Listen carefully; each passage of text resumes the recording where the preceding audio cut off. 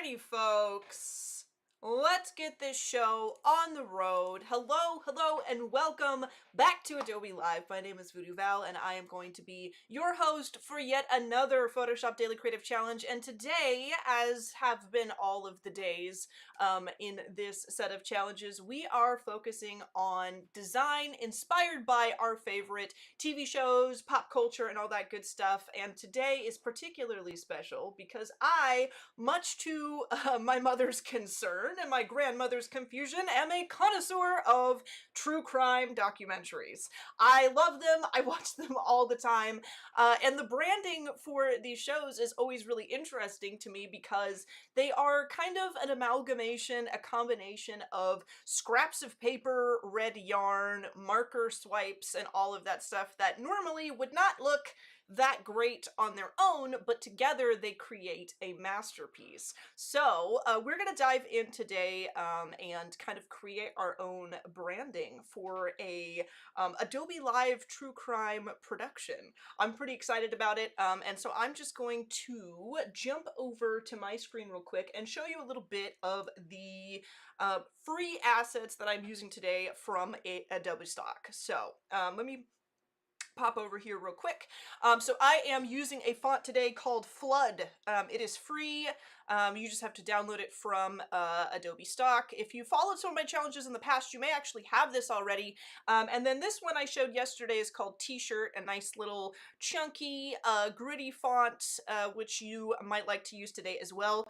And then I have gone to the free section of Adobe stock and searched for some very interesting assets. We've got some light leaks that we can use with our blending modes. We have got some pieces of paper, old vintage dirty photo paper and parchment and all that good stuff.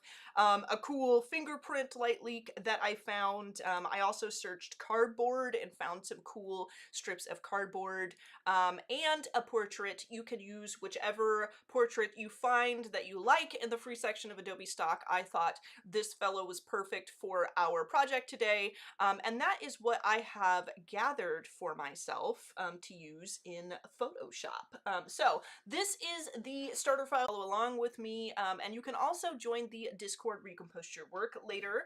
And what I'm going to do in my starter file here is I'm going to hide some of this information which I've created just to make things look fancy and get the creative juices flowing, and I'm also going to hide my info here. I might even group this all together just to kind of keep it all in one space until I have my background texture, which we are going to use in our compositing for today. So the first thing that I would like to do is snag some of my assets. I think we are going to begin with our cardboard, which looks a little something like this, pretty fancy. And the first thing I'm going to do is just go ahead and cut this cardboard out from my background. You can see I've unlocked my layer, and I'm just going to grab my object selection tool here, and I am not going to select the cardboard. I'm going to select actually the white portion, and then do a select inverse in order to get what I want here. Quick tip for those of you who are searching for assets, if you'd like to use your own from Adobe stock. If you're looking for something specifically that you know you're going to cut out of an image, search what you're looking for plus the keyword isolated, because that's what this is. I searched cardboard isolated and it gave me cardboard with nothing else in the photo, with just a solid color background to make it easy for me to select it. Then I'm going to right click and hit select inverse to get me just a selection of my cardboard, and I will click my mask button. And to check the integrity of our selection, I will create a new layer just with Control Shift in or Command Shift in if you're working on a Mac. I'm going to snag a bright red color for visibility, and I'm just going to paint bucket in just so that we can take a look here. Very clean, very, very clean. The power of the isolated keyword here. Very, very nice. So that works for me, and I'm going to drag this over into my challenge, and we'll leave that sit for now. We're going to come back to it. I'm just gathering my assets for now. The next thing I would like to do is, because we're kind of creating a background and border for our composited true crime piece here, is I've also found kind of a textury bit of paper, which I thought was interesting, also free. And I'm going to go ahead and leave that in there. And then I think we are going to also open in its own file our paper texture here. And you can see the difference between, you know, I've dragged some of my elements directly into my file here. But when I want to open something on its own, I drag it and hover over the taskbar rather than one of the titles of my files here. So it opens on its own. And I am just going to kind of zoom through here and select something I think would make a great texture. This is also isolated, so I can select things very easily. And I think I'm actually going to snag this guy right here. I think that would be a good one to use. So we're going to let that think for a second. And all of this is going to kind of go into the background. As I mentioned, we're going to use some blending modes and really get in there and kind of create a nice texture with the cardboard as a border. So I've got that going on. I'm going to Control J just to duplicate this because what I guess I could mask it like I've masked the rest, but what I don't want to do is, since this is a much larger image than our asset or element here, if I mask it and then I free transform, it might make me free transform the size and shape of this entire piece here, whereas hitting Control or Command J just to duplicate that one portion out of there and then converting that to a smart object like so, just by right clicking there, will allow me to Control T and I will have just this one single asset.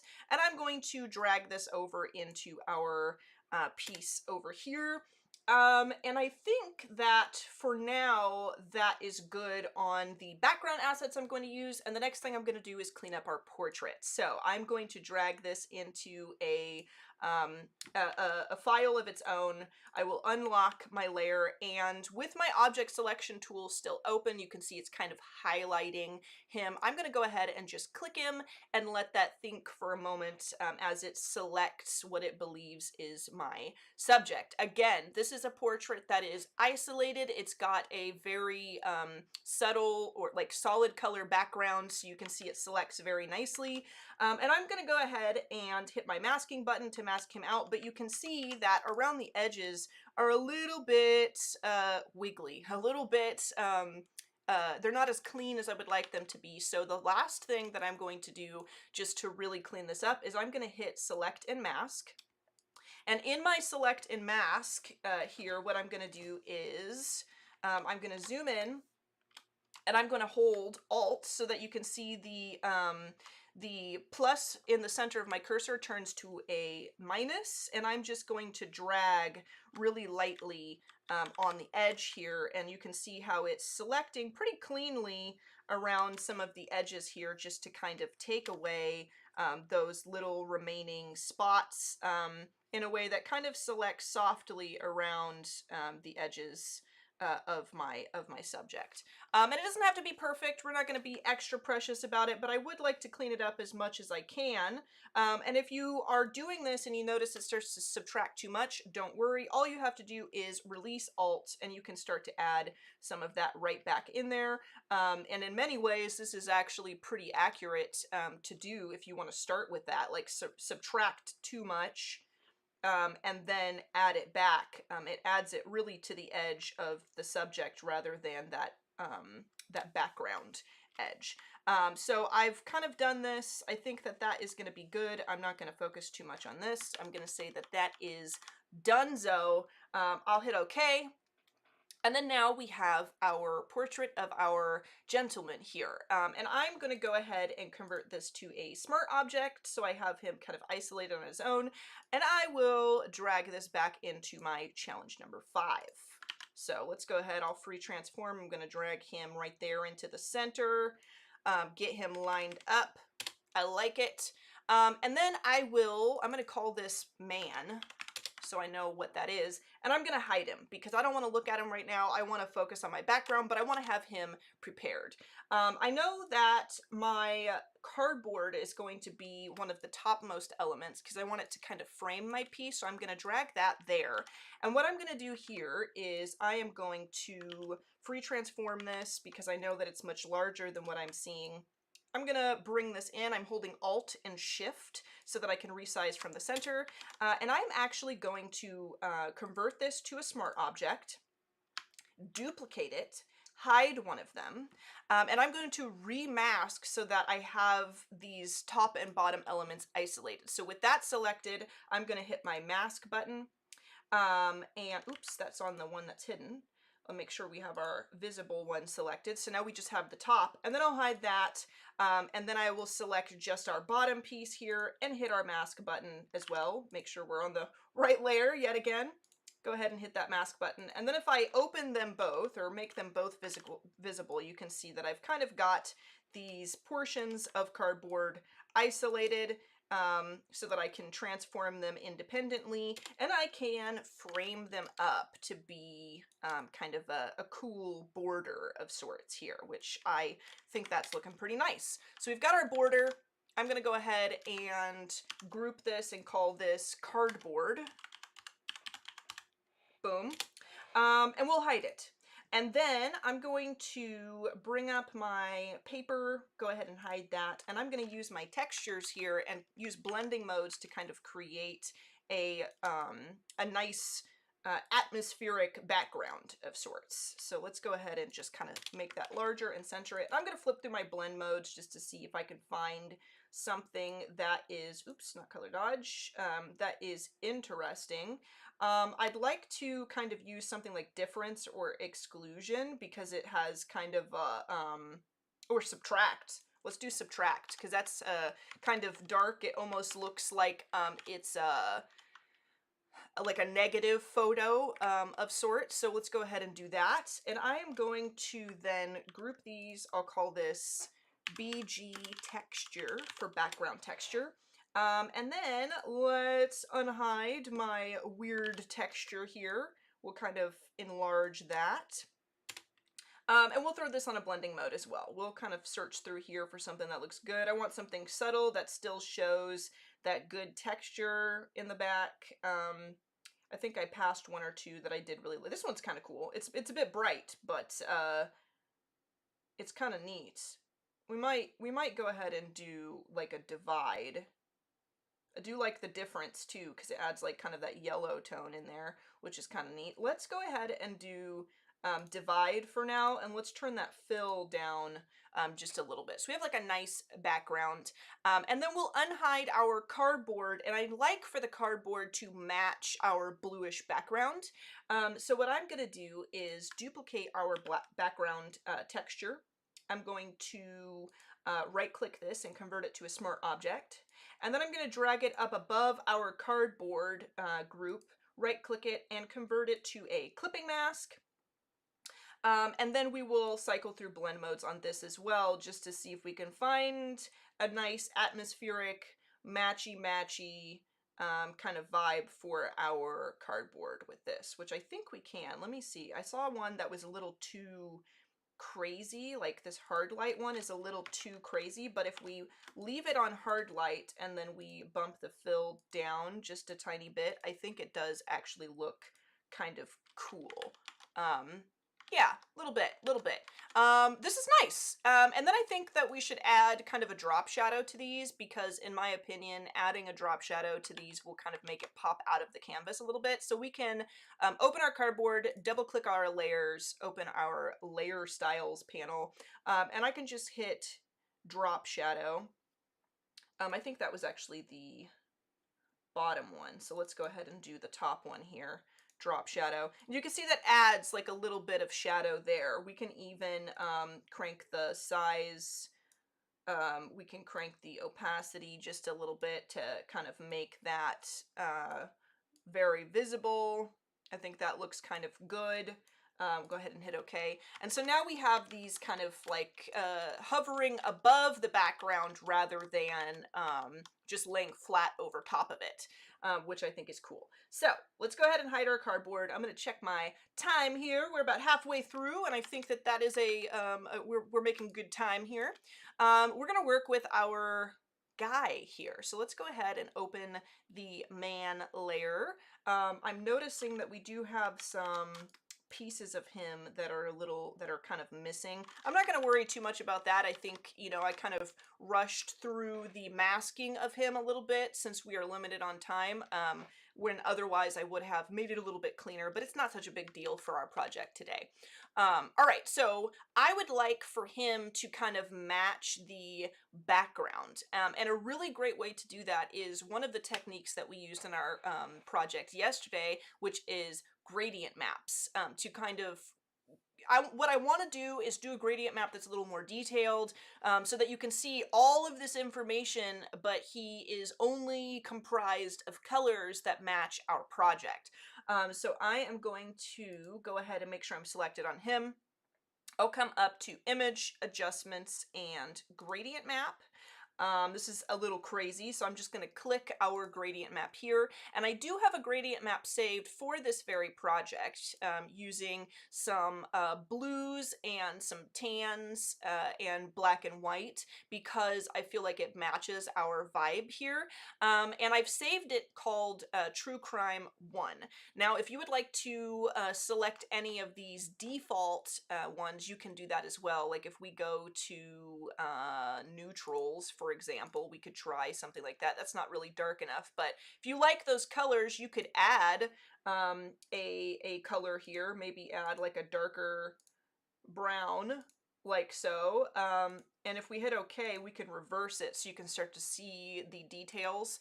And you can, I'm going to come over here and go back to our true crime, however, and make sure that we are not reversed.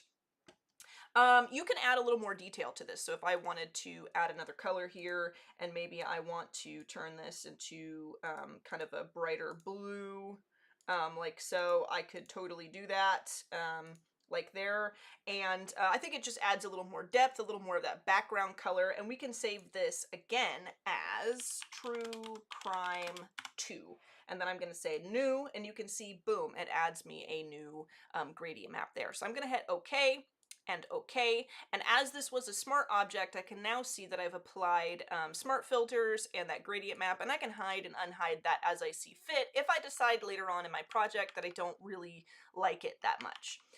So we've got our border, we've got our background, our custom texture background, and we also have our subject here, but we want to make this look more true crimey, more gritty, and I think that we can do that with some light leaks and some text, and I feel like no true crime documentary branding is complete without, number one, putting a strip of paper over somebody's eyes in the branding, and two, having some handwritten elements to go with it. So I'm going to snag one of the light leaks that I found, and we're going to kind of alter that with blending modes and make it look kind of cool. So I'm going to drag in this textured light leak that I have, and I'm going to bump this down just a little bit. I like it. And then we are going to cycle through blend modes. Now, I always cycle through all of them just in case something happens that is unexpected, something interesting that the blend modes do that I was not prepared for. Color dodge and like a linear dodge is actually pretty cool for this, but if we cycle through, we might see something that we like. This exclusion is not so bad, honestly. I actually like that exclusion. I like it, I think, because like these portions here, these scratches really show up on his... Honestly, this looks like a screenshot that would be in a true crime documentary. Like you'd only see this on your screen, and then right here it would say like, directed by Carol Pearl. Camera work by General Kenobi, all that good stuff. So I'm gonna leave that one, and then the last light leak kind of thing I'm gonna find is this, or I'm gonna use, is this cool one that I found that has like a fingerprint on it. I just thought that that was really kind of cool for our project since it's true crime stuff. And we will find a blending mode for this as well. Something that that kind of takes out the black, like this, like just like this. Really cool. Maybe the screen. We might do screen. Let's do lighten for now. I think that looks cool. And we need to put a strip of paper over his eyes because that is just what we've got to do. So one of my paper textures that I found on Adobe stock is perfect for this. Looks like this. It's isolated. Sometimes when you get black and white assets like this, you may notice that it has already set itself into like a grayscale here, which might perplex you as you start to go through and try to use colors in the file. So always check when you grab a stock photo or a stock asset, check to see what mode it's in, because this one is default in grayscale. And we can change that to RGB color if we want to. I think for now I will leave it as is, and what I'm going to do is grab my object select tool and I'm just going to drag out and, oops, let me make sure it's object select, not magic wand. And I'm going to select this strip of paper, which I think will be pretty darn cool. And we are going to put that over his eyes and then put some text over the paper because I just think that that would look cool. I feel like that's how a lot of true crime documentaries kind of add an element of mystery. We'll convert this. Actually, we won't convert this to a smart object just yet. I've Control J to duplicate that onto its own layer, and we will drag this over if we can. Looks like we are, there we go. Drag it over into our chapter, chapter 5. And I am, did it drop in there? No, it did not. Let's make sure that we have our piece. We need you. There we are. And I think the problem is I've got so many things open here that I just, there we go. So we'll drag that. What happened? Oh, here it is. All right. I think you guys saw a little preview of my Martha Stewart test run there. Okay, so what I'm going to do is select this, and I'm going to just transform this, and I'm going to bump this up smaller. And it's not 100% perfect here on the edges, but I just want a thin strip of paper. That'll work for me. And then I'm going to select the edges here, and I'm just going to Control or Command X to cut. And then I'll transform that into a smart object. So now it's just a cool strip of paper that's going to go right over his eyes, and we can put some text there. Very cool. And the next thing we're going to do, how much time do we have left? We've got about 3.5 minutes. So what I'm going to do lastly is we're going to start adding some text, but we need to do some like hand-drawn elements that will really make this pop. And so I am going to, let's group all of this stuff here. Let's group everything together, and we'll call this project.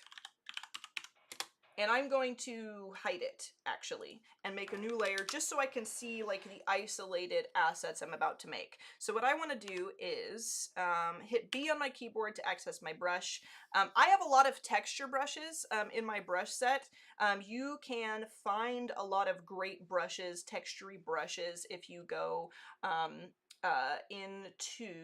you can import brushes if you would like to import brushes you already have. You can also hit get more brushes, which will take you to where you can download more Photoshop brushes. But I have a cool one picked out, and with black selected, I'm just gonna do like some shapes here. I think maybe something like that would be cool because it looks kind of like a marker. I think that looks neat. I'm gonna convert that to a smart object and call that circle.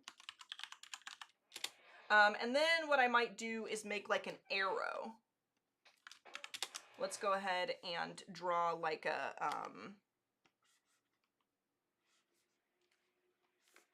an arrow like that, and I'm going to rename that arrow, and we will convert that to a smart object as well. And I'm going to hold shift and select both of these and drag this over to my, oh no, we're already in the file. We're perfect. We're golden. Okay, so now I'm going to Control I just to invert the color on this. And I'm also going to Control I on my arrow. We'll open up our project and drag these down over top, but underneath our cardboard. And I'm going to kind of position these in a way that like just makes it look like I've circled this guy's face, you know, and then we can have our arrow pointing at him, which I think would be kind of cool. I don't know. Looks kind of neat. And you can see how we really start to put together a cool, like, true crimey kind of thing. You can use, if you've downloaded any of the fonts, and start adding a title as you want. But I would like to show you one that I've kind of Martha Stewarted for you, just in case we run out of time here. You might have kind of seen a little preview of it. I just put an Adobe Live documentary over the strip over his eyes. I've titled it Memories. You can see I created some cool hand-drawn assets and things and started like scribbling and asking questions. Where does it lead? All that good stuff. But we are out of time. I do have to take off. It's been an absolute pleasure hanging out with you guys and doing all this stuff. I am going to be back next week with another round of challenges, plus Community Day, where it is actually cosplay day. So I hope you folks have enjoyed this. I'm going to take off. It's been a blast, and I will see you next time. Adios, everyone.